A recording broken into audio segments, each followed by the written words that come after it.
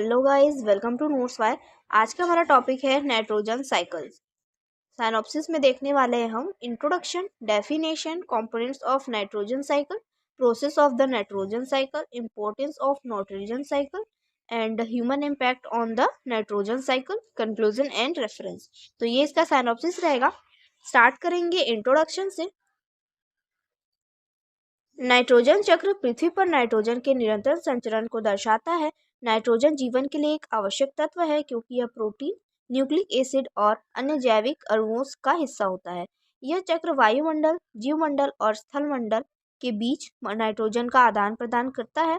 Nitrogen चक्र पृथ्वी पर जीवन को बनाए रखने में महत्वपूर्ण भूमिका निभाता है। ये था इसका इंट्रोडक्शन। देखेंगे नेक्स्ट है डेफिनेशन नाइट्रोजन साइकिल का। नाइट्रोजन चक्र वह प्रक्रिया है जिसमें नाइट्रोजन वायुमंडल, जीवमंडल और स्थलमंडल के बीच लगातार चक्रित होता रहता है। यह चक्र नाइट्रोजन स्थिरीकरण और नाइट्रीकरण, अवशोषण और विनाइट्रीकरण जैसी प्रक्रियाओं से बना हुआ है। ये था डेफिनेशन।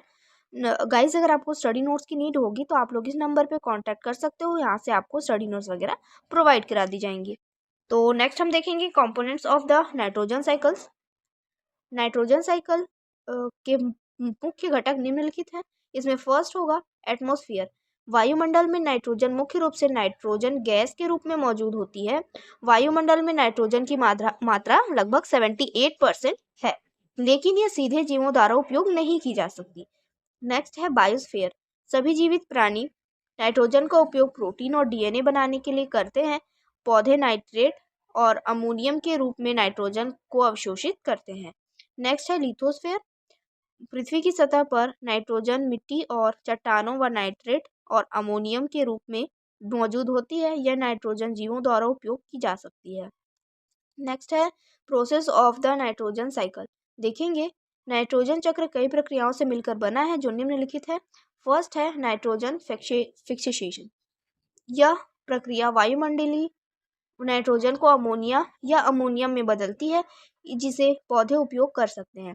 यह प्रक्रिया मुख्य रूप से नाइट्रोजन फिक्सिंग बैक्टीरिया और साइनोबैक्टीरिया द्वारा की जाती है। एग्जाम्पल है मटर और सेम के पौधों के जड़ों में राइजोबियम बैक्टीरिया द्वारा नाइट्रोजन का स्थिरीकरण, ये इसका एग्जाम्पल आएगा। नेक्स्ट है नाइट्रिफिकेशन।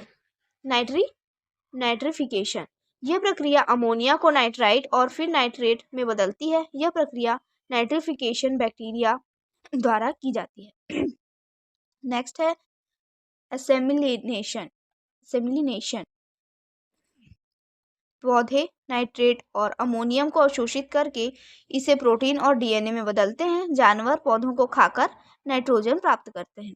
इस प्रकार से नाइट्रोजन का साइकिल चलता है। यहाँ पे दिया हुआ है, अच्छी तरह से आप लोग इसको प्रैक्टिस कर लीजिएगा, ठीक है।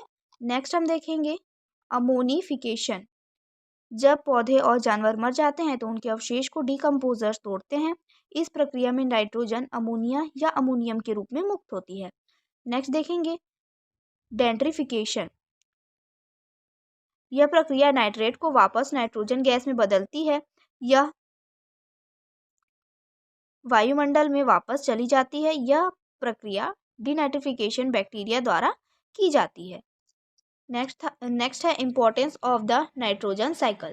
देखेंगे नाइट्रोजन चक्र पृथ्वी पर जीवन और पारिस्थितिक तंत्र के लिए अत्यंत महत्वपूर्ण है। इसके कुछ महत्व निम्नलिखित हैं। फर्स्ट है इसमें protein and DNA synthesis. Nitrogen protein और डीएनए का मुख्य घटक है जो सभी जीवित प्राणियों के लिए आवश्यक है। सेकेंड है सॉइल फर्टिलिटी।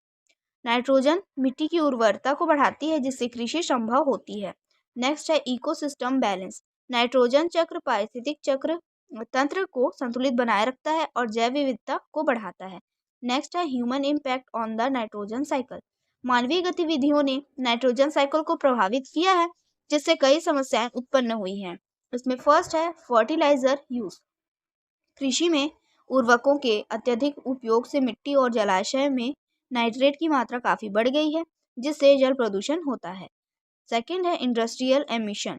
उद्योगों से नाइट्रोजन ऑक्साइड का उत्सर्जन वायु प्रदूषण और अम्लीय वर्षा का कारण बनता है। थर्ड है डिफॉरेस्टेशन। पेड़ों की कटाई से मिट्टी में नाइट्रोजन की मात्रा कम होती है जिससे पारिस्थितिक तंत्र प्रभावित होता है। नेक्स्ट है कंक्लूजन। नाइट्रोजन चक्र पृथ्वी पर जीवन और पारिस्थितिक तंत्र के लिए अत्यंत महत्वपूर्ण है। यह चक्र नाइट्रोजन को लगातार रिसाइकल करके इकोसिस्टम को संतुलित बनाए रखता है। हालांकि मानवीय गतिविधियों ने इन चक्रों को प्रभावित किया है, जिससे जल प्रदूषण और वायु प्रदूषण जैसी समस्याएं उत्पन्न हुई हैं। लेकिन नाइट्रोजन चक्र को समझना और इनकी सुरक्षा करना हमारी जिम्मेदारी है। रेफरेंस में है fundamental of ecology by Odum P and animal physiology adaptation and environment by Schmidt Nelson.